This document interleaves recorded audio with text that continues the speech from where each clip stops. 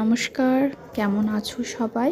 টকঝাল মিষ্টি নতুন একটা ব্লগ নিয়ে চলে এসেছি। তো দেখো সকাল সকাল আমি বসেছি চা আর মুড়ি নিয়ে। তো চা মুড়িটা খেয়ে নিচ্ছি, তারপরে কাজে লাগবো।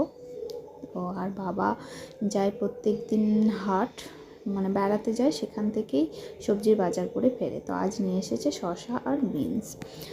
আর এখানে দেখো আমি কি করতে বসে গেছি, দেখো সবাই বলবে কে যেন কে কুড়াতে এসেছে কি। তো ছেঁড়াছিঁড়ি কাজ নিয়ে বসেছি। দেখো একটা ছিল তোষক, সেই তোষকের তুলোগুলো জড়ো হয়ে গেছিলো, তোষকটা ছিঁড়ে গেছিলো। তো সেই জন্য সেই তোষকের তুলোগুলোকে নিয়ে আমি বানাচ্ছি বালিশ। তো তোষকটা ফেলে দেওয়ার কথা ছিল, আমি ফেলতে বারণ করেছিলাম।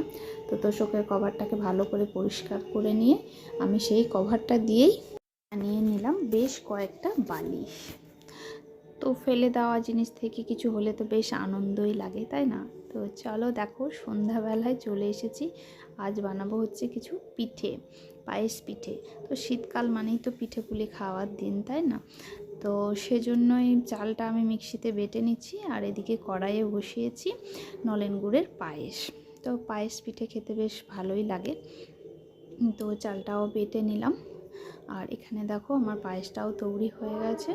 তো পায়েসটা দেখো ঢিল ঢিল করে রেখেছি, যেহেতু পিঠে দিয়ে খাবো। আর এদিকে দেখো কিছুটা পিঠে আমার বানানো হয়ে গেছে, আর বাকিগুলো এভাবেই বানিয়ে নেব।